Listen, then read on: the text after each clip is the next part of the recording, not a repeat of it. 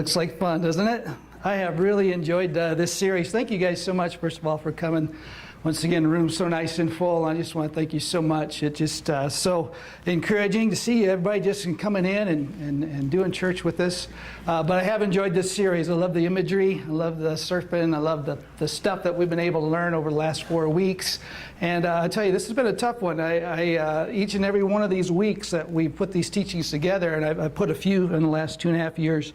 Boy, this one I think I fought through, but also I want to appreciate you guys because it's caused us each week to take a good look at ourselves, see where we are, and look at some. So you guys have done some of the hard work too, but it's been a great series. So today I've just kind of given myself permission to have some fun, a little bit more off the cuff, and I do have notes here. Actually, that happened to be upside down, but that'll make them better. I do have notes here, and you can follow along, but we'll see where this goes. I'm really looking forward to this teaching time, but thank you guys so much for being with us. You know, as we kind of watch videos like that, we see what looks like could be a real passion, almost a spiritual experience for somebody to get out there on the board. And I remember trips that we've made to California where we see the surfers are out there, and they're just lining up early in the morning to go surfing, and I go out there with my cup of coffee and just walk around, and you see all this activity running back and forth through the parking lots. And a lot of times what you see aren't people that are grabbing their surfboards and running out to the ocean early in the morning. They're actually running back to their cars because they've shown up there before work. You know, San Diego or California is cold in the mornings, and the water's cold and it's salty, and these people, they love it so much, they have so much passion for it that they're actually running back to their cars because they've stayed out surfing too long and now they have to go to work.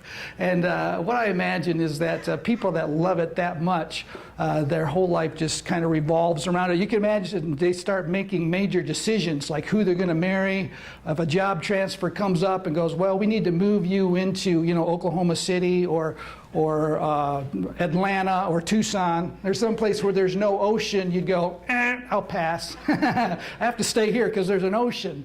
And what we're going to talk about today is the things that, and we're going to talk about worship, but the things that we worship, our life revolves around it. And I do believe that there are people who love, you know, surfing that much that if their wife doesn't like to, or their fiance doesn't like to go to the ocean, sorry, it's off. Or, you know, you start making decisions, your whole life begins to revolve around what you worship. And so we're going to get into that. As most of you know, or some of you know if you've been here in the last 4 weeks, this series is called The Righteous Life. We've been talking about the righteous life that God has for each one of us. And we've been following along in the book of 1 John. We've gone through all 4 chapters. Now we're up to chapter 5. And what John was doing was he was trying to reach out to the people that he loved and cared about because they were Christians, but they were getting off on the wrong track. And he was calling them back so that they wouldn't relinquish the amazing righteous life that God had in store for them. And so it's been a great foundation for us to look at our own life and follow the principles, and we've been putting core values in place so that we, in the same way, can live the righteous life that God has planned for us. So that's kind of been the context. And today we're going to talk about worship, and it'll bring us into that 4th core value that we're going to put into our life and chisel into stone for our church and our individual lives. So let's just jump right in. 1 John chapter 5 is where we are, and there's really just about 3 verses that we're going to hang our hat on today and talk about this, and it's right at the beginning of the chapter, first 3 verses. Here's John. He says, everyone who believes that Jesus is born of God, and everyone who believes that Jesus is the Christ is born of God, and everyone who loves the Father loves his child as well. This is how we know that we love the children of God, by loving God and carrying out his commands. In fact, this is love for God, to keep his commands, and his commands are not burdensome. Let's go ahead and pray for this teaching time that we get to have.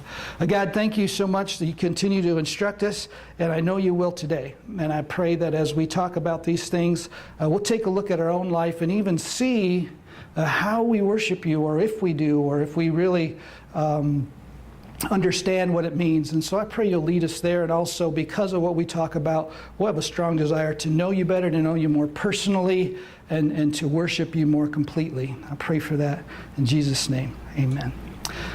So when we talk about worship, a lot of times in churches, it's kind of interesting. If you're not a Christian or religious person, this is kind of new to you, what might seem funny to you is that if you go to church and you learn how to speak Christianese, what you find out is that the word music and the word worship are synonymous. It means the same thing.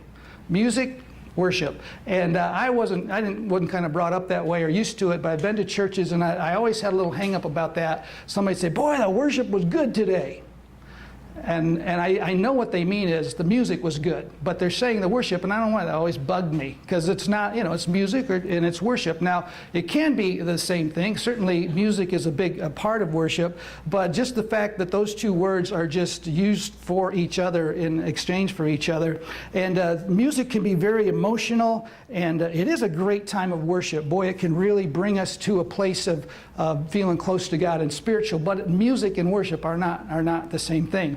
If you're a Tim Hawkins fan, he's a Christian comedian, and he has a whole bit on if you go to a hand-raising church, which I think we're kind of half and half here. Every once in a while they go up and stuff like that. But he talks about, he comes from a hand-raising church. First thing he asks the audience is, who doesn't come from a hand-raising church?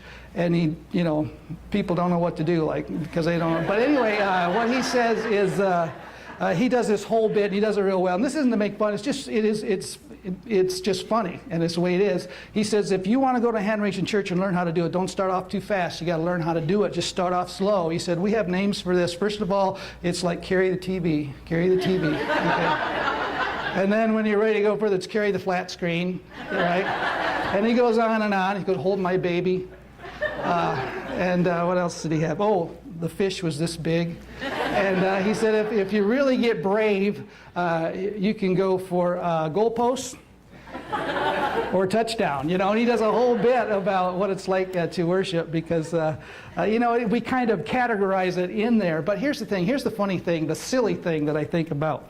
If we just say that the first 25 minutes of our church service is worship, it's really silly. It really is, because we think about how do you know? Did you worship today? Well, I don't know. I think I did. It's kind of vague. The music was good, and I kind of get into it. Or you walk away going, oh man, no goosebumps. I didn't worship. I tried to worship. I just couldn't worship because I didn't get any goosebumps. The band was really off today, therefore I wasn't able to worship. But the truth is, it really does kind of get, when we speak of worship, isolated to that. Go to church, let the band play, bring the lights down low, close your eyes, feel the emotion come up, and now you are worshiping. And the truth is, that is worship. That is a part of worship. But what we need to see is that music is a way. Music is a way to worship. It's not the way to worship. And so we want to make sure that we begin right there. I'm going to back up. I missed a blank. If you guys are taking in notes and stuff like that from that scripture that we read, here's something that I want to make sure that we understand from that first Bible verse that we read. Getting ahead of myself. Off the cuff. Based on those first three verses, we see that God is, it's an interesting thing that's said there. It's said that, let me go back and read it again, Elaine, I'm sorry. I really want to make sure we get this point and lay this foundation. Everyone who believes that Jesus is the Christ is born of God, and everyone who loves the Father loves his child as well. This is how we know that we love the children of God, by loving God and carrying out his commands. In fact, this is love for God, to keep his commandments, and his commandments are not burdensome. Now here's the thing we want to see. It sounds like John is kind of going around in a circular cycle of reasoning here. Can we go back to that, Elaine, please? There you go. He's talking about everybody who loves the Father loves his child as well. Well, that's good. Well, how do we know that we love the children of God? Well, by loving God and keeping his commandments. And so there's a cycle that goes along. And so one of the first things that we need to lay this foundation as we talk about worship is we are a child of God. How do we know that we're a child of God? We're a child of God when we obey his command to love his children. See how that kind of goes around in a circle? How do you know if you're a child of God? I know I'm a child of God because I've obeyed his command to love the children of God. And it takes us around to where this thing is kind of cycling through. It doesn't stop with us. And so I want to take us down that way. Sorry, I'm jumping back and forth, but we had to make sure that we laid that down first of all. So let's go back to the worship thing and the emotion. If all that we do when we worship is have emotion and have goosebumps and have touchy-feely things, and that's our worship, and just leave it there, then we're missing something. And here's what one way that we can point it out. Let's say, which ladies, I know this is true of you, that your husband just worships you, right?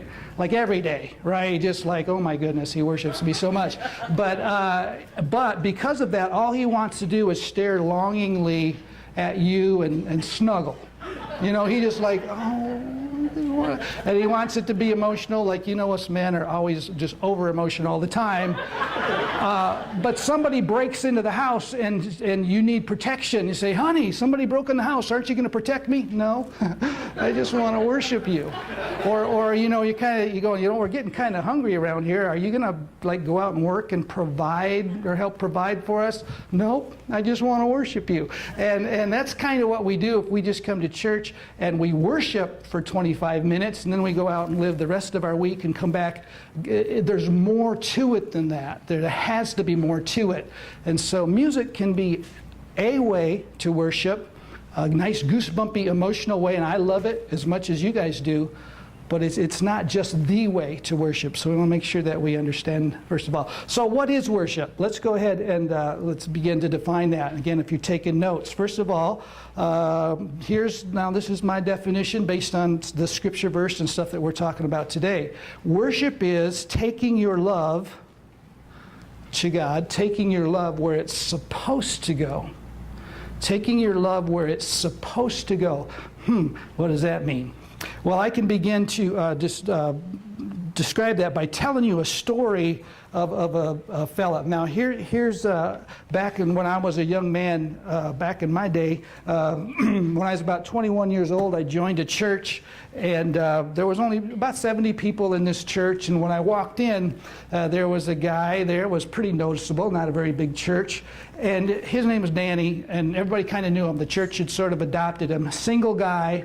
I was 21, he was 30, still not married. I thought he was ancient, like, dude, what are you waiting for? You know, it's like, but that's how my perspective back then when I was only 21 years old. So he was there, and Danny had like the brightest carrot top hair. He was very frail looking, and his complexion was pretty rough, and just, you know, these are things that a young man, I'm not saying that's good, that at that age I assessed all that, but that's where I was at that time, and Danny was just kind of an odd guy, and he had a real nasally voice, and he was just adopted by the congregation, and he was around there. Everybody seemed to love him, and so all of a sudden, toward the end of the service, Danny picked up a guitar.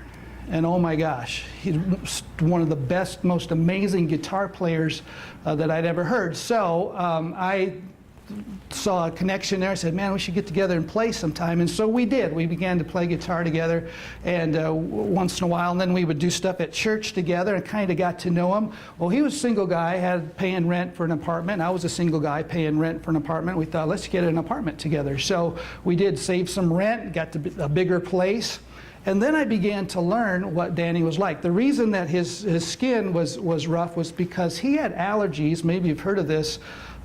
He was allergic to his own perspiration. And so he couldn't, when he would sweat, if it would pool, his skin would break out. So Danny wore long underwear all the time. I mean the kind that come to here and here all through the summer because he couldn't let his sweat pool. And then he loved guitar. I would see him in the morning, like say it's a Saturday and I had to run errands. I'd get up and I know what happened. He'd get up, he'd start walking across the bedroom, and then he'd see his guitar and he'd grab it, and he'd be sitting in his long underwear, sitting on the side of the bed, right, playing guitar. I would go out and run errands, maybe see some friends, have some breakfast, come back about 2 hours later, he's in the same spot. He just got so mesmerized playing guitar, and what he learned through his high school years as I began to get to know Danny was that all the years in school that he had kind of being on the outside, and people kind of shunned him, and he didn't have many dates. He just played guitar all the time. And that's why he could play guitar so well. He had this laugh that, I'm going to do it for you, and this is pretty accurate. He had a laugh that sounded like he was fighting for air, and he laughed like this. And he loved to laugh, and if you cracked him up, his knees would buckle. I mean, this is legit. He would fall on the floor laughing. And one time we were in the grocery store, him and I getting some groceries, and somebody said something funny, and Danny goes, and the lady behind us went, "You were at the movies last night, weren't you?" And she had been in the movie theater and heard him laugh. It was dark in there, but she knew that it was him, and he thought that was so funny that she...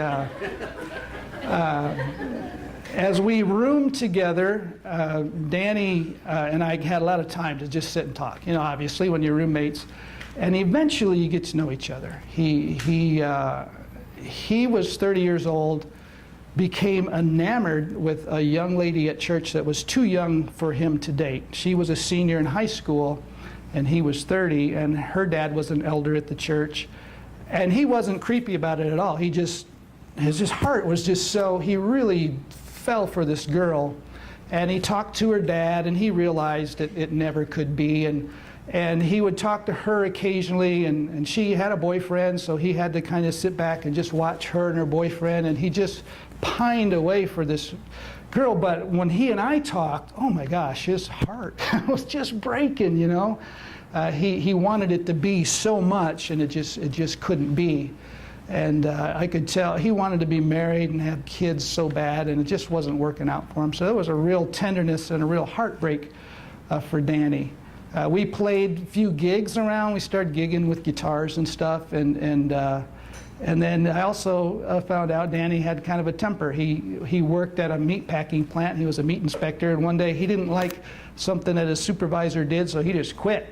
And because of that, no employment, he had to move, and he moved back to Ohio so he could make ends meet back there. And so we went our separate ways. And eventually, Leslie and I got invited a few years back later to his wedding. He'd met somebody and got married. So, but here's why I tell you that story. When I first saw Danny in a very immature, probably way that I'm not too proud of, when I was 21, I kind of sized him up.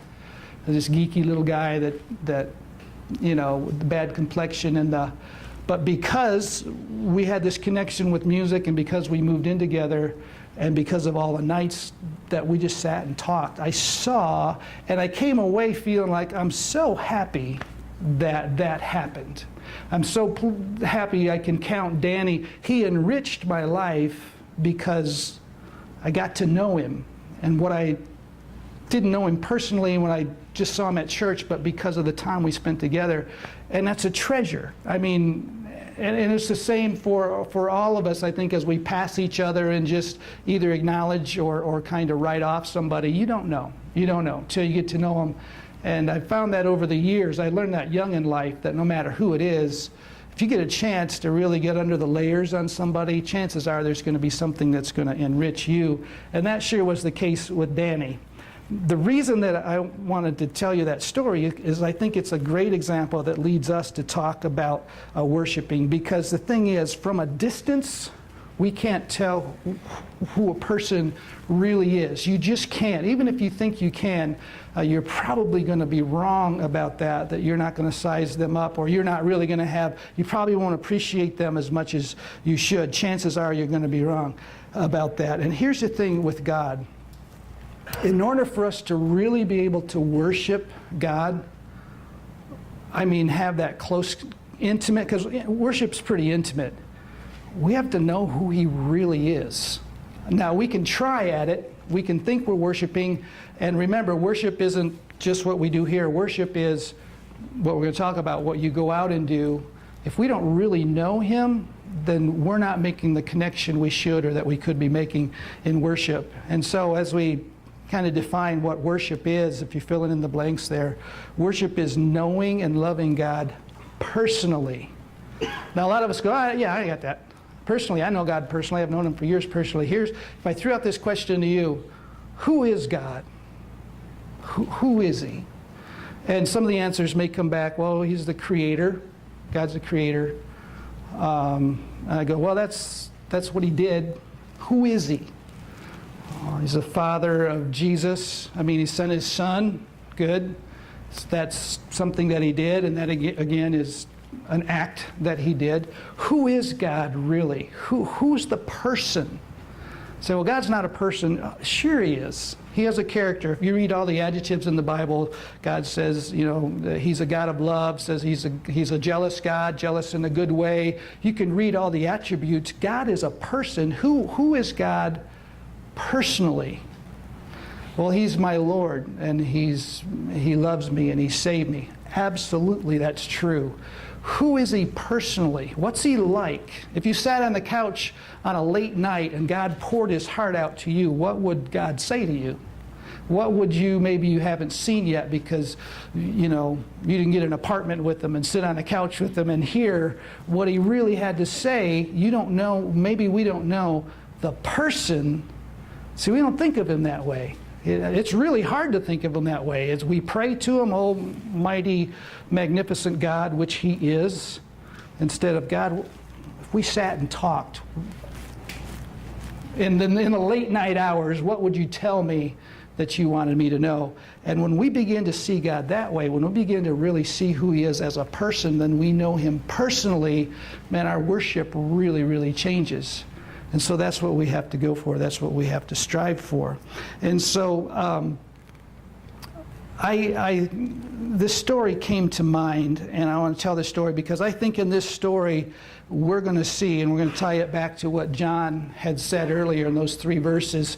And before we walk out of here, we may see just who the person, at least one really strong attribute that God really is that we perhaps have missed before, and our worship will change. And so here's the story.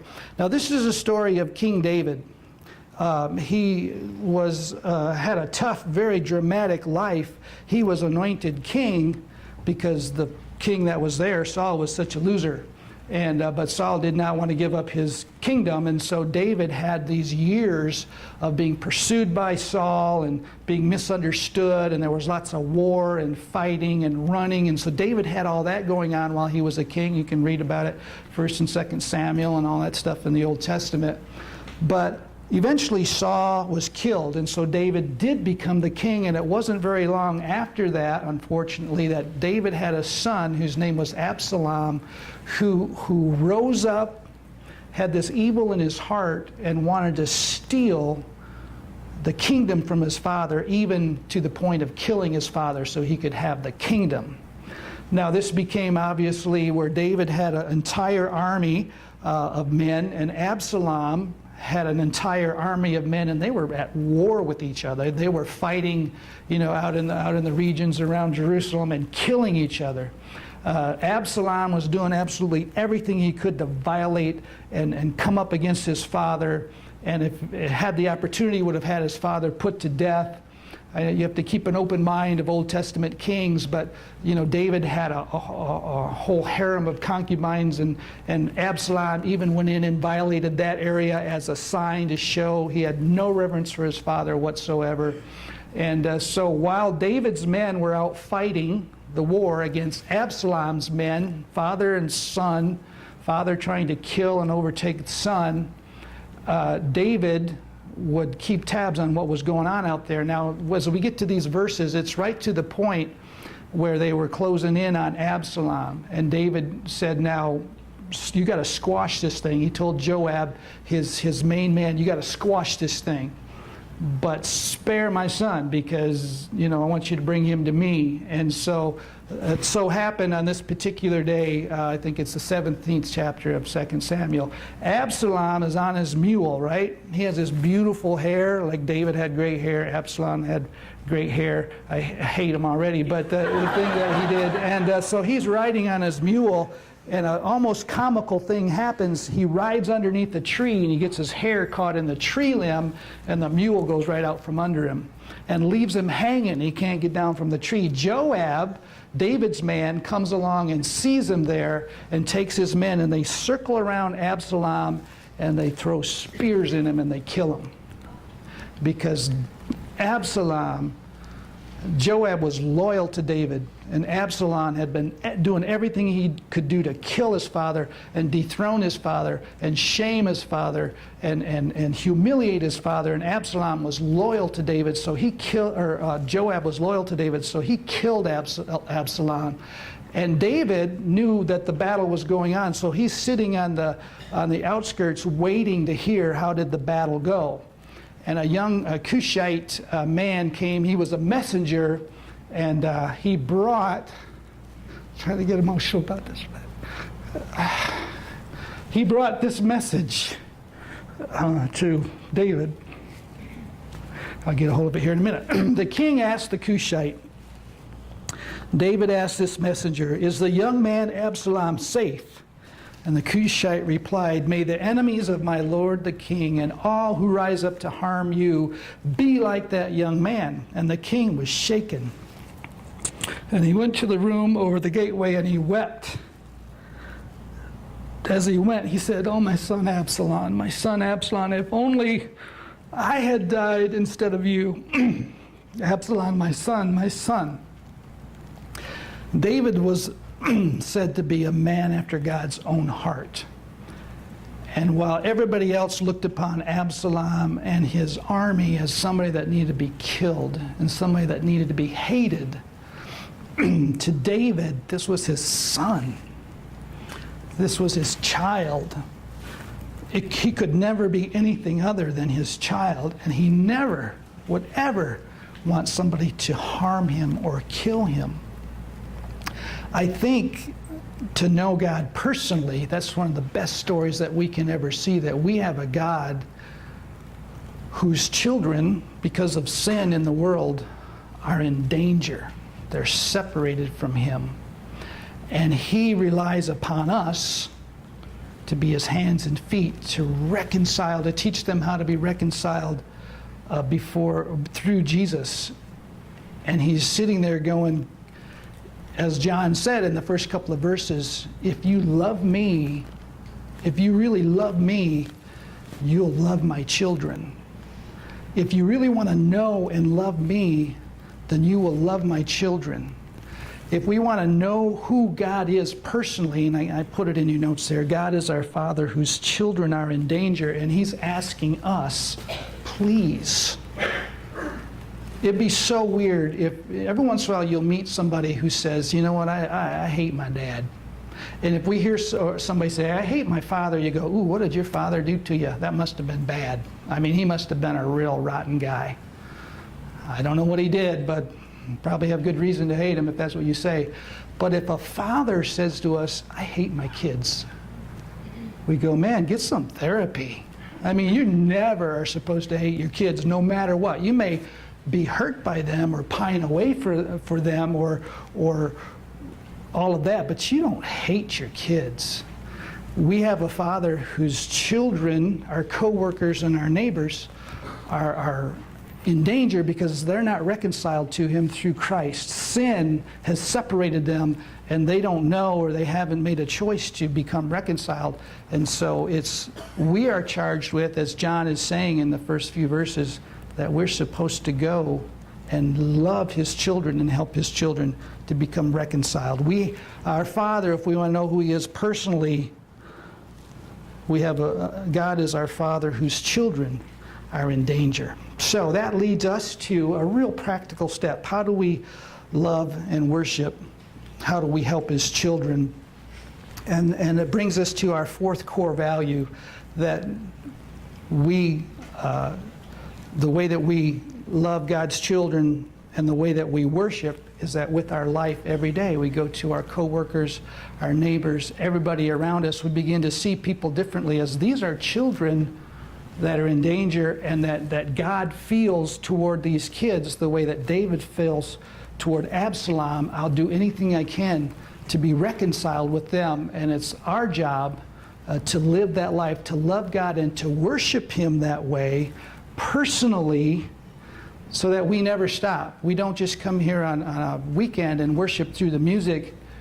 We live it every day. Every day when we reach out to people that we see and neighbors and coworkers, and the way we look at them or smile at them or speak to them and see every opportunity that we have to help them to be reconciled with God, we're worshiping Him because God sat on the couch with us one night and said, here's what, if you really love me, let me be personal with you.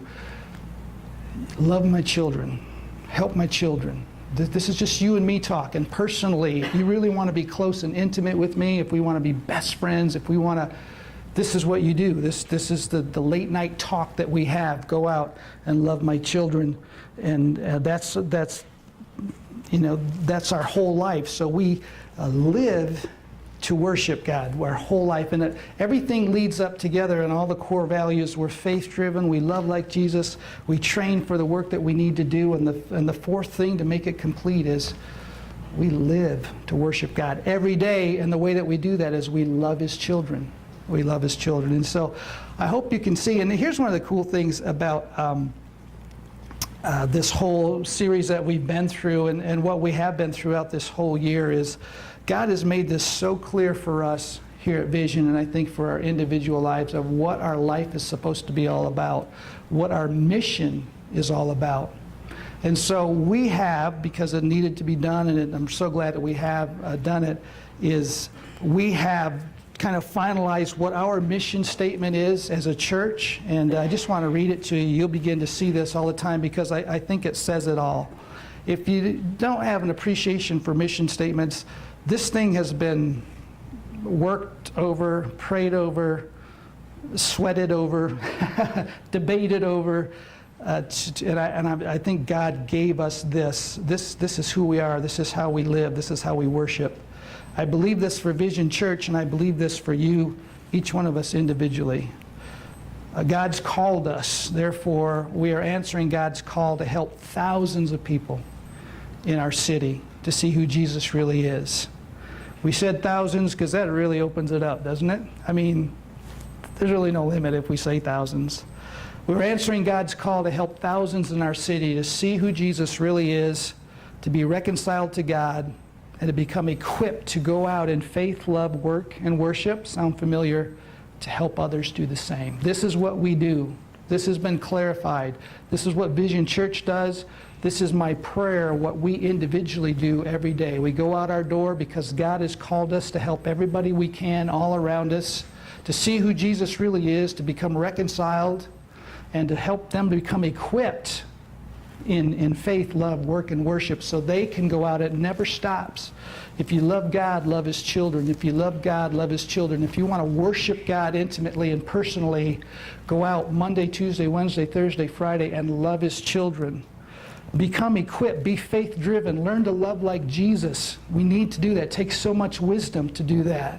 Train for the work. Roll up your sleeves. Be disciplined. That's why it's called work. Train for it, get ready, and then go out and live in worship. Live in it every day.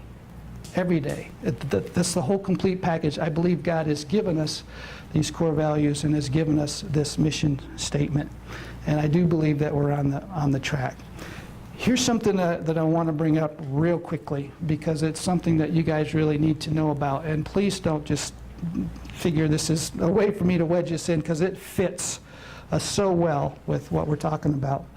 Just recently, about 9 days ago, we learned about an opportunity that we have as a church to grow into a facility that's much bigger.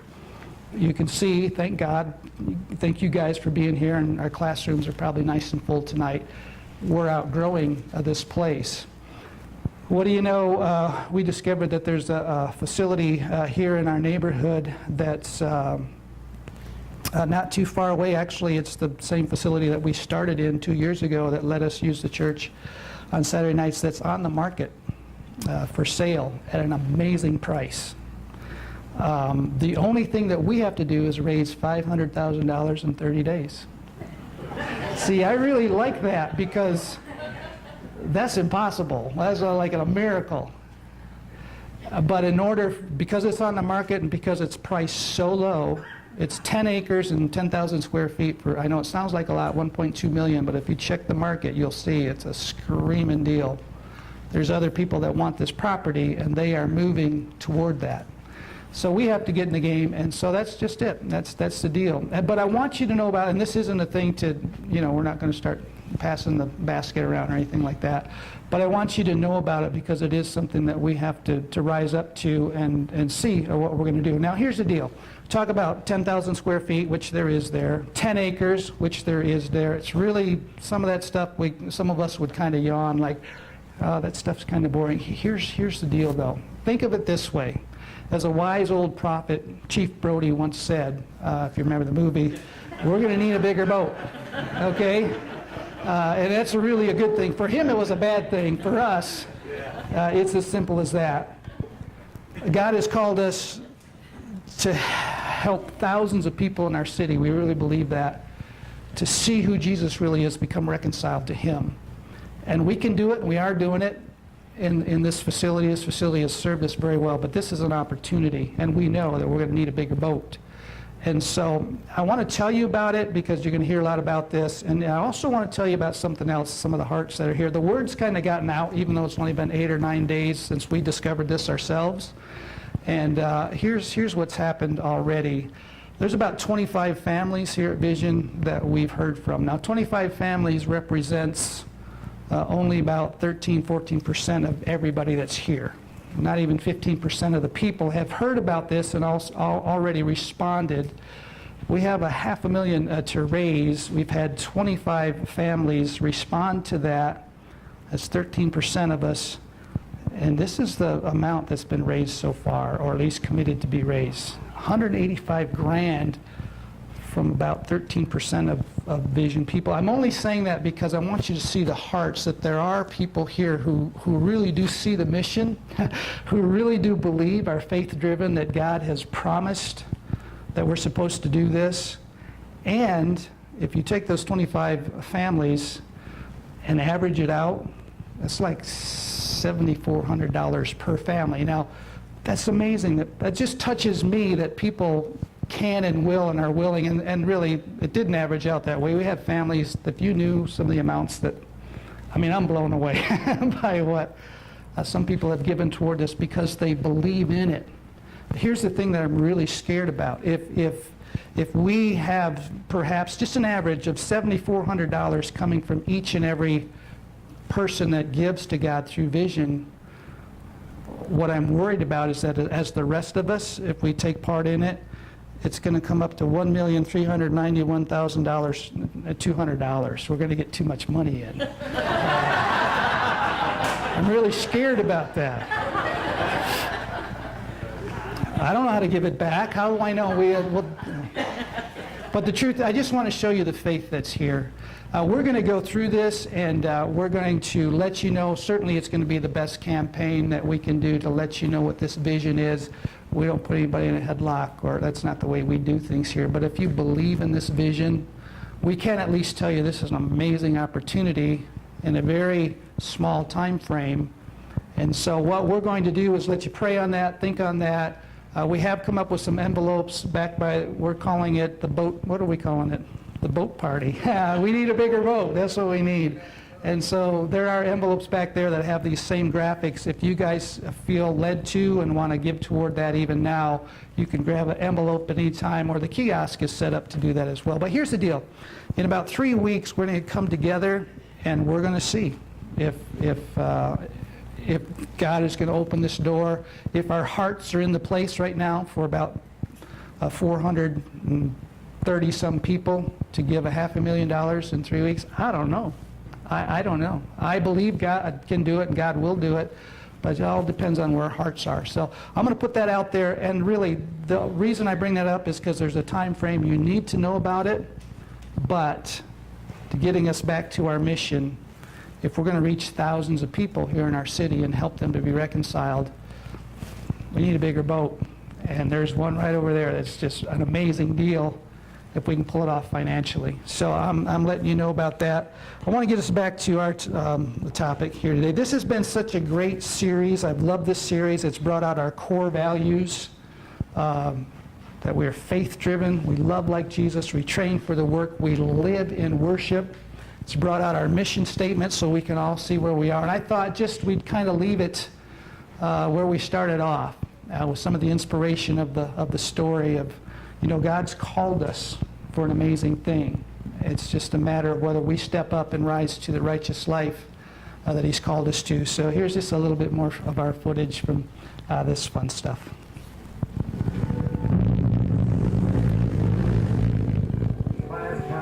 Point in that exact moment. The miracle, that's what it is. I don't believe in miracles. 1987. I pulled an 8-year-old kid out of the surf. A few years later, I discovered our journey together was far from over. Let's go.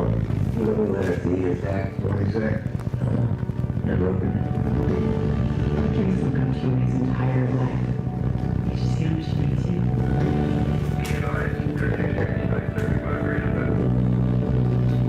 You ever see something you think it's the reason you were put on this earth? What are you talking about? The biggest way in the world matters. It's real. Untrained boys don't step in the ring with Mike Tyson. I've always been a surf that way, even if you guys try. You know what I mean? I'm going to train you to survive. That'll open up the conscience. If you want to get out there, you got to forget about the pain.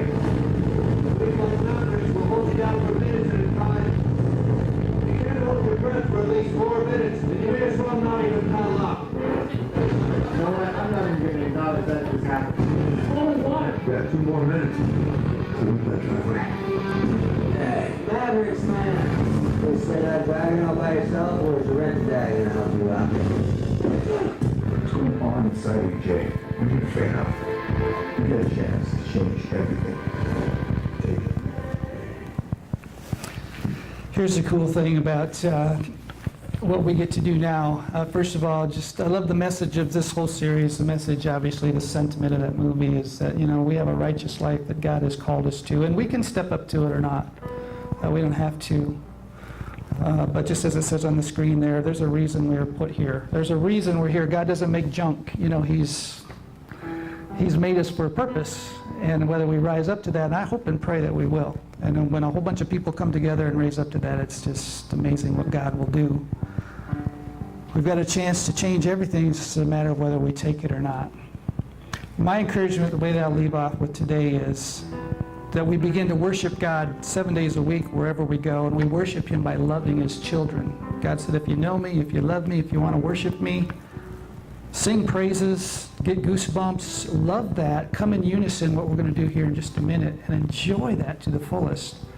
But don't leave it there. Worship me out there where my children are, because I want to be reconciled with them. I'm heartbroken that I'm not reunited with all my children, and we get an opportunity to do that. And then, when we live the whole week that way, and we bring it here, we've been out there all week worshiping God. Everywhere we go, worshiping with our life. And when we come together here and bring our voices together and our unity together and our hearts together, man, we worship like we've never worshiped before. And so I kind of wanted to end just today with a song that's very singable. If you're comfortable to sing, sing along. I'd love to hear your voices. Great way to end, because we can worship right here, right now. We'll not leave it here. We'll take it with us as we leave and go out and worship. Let's pray, and then we'll sing together. God, thank you so much for all you've shown us in the last 5 weeks. We know that we're just beginning to learn things, but that our life as developing it into a righteous life is something that never stops. But I pray that we will go out from here and realize you have that life for us. Help us to be faith-driven. Help us to learn to love like Jesus loved. Help us to be willing just to roll up our sleeves and train for the work that you've given us to do. And I pray that we will live to worship you every day. Pray in Jesus' name. Amen.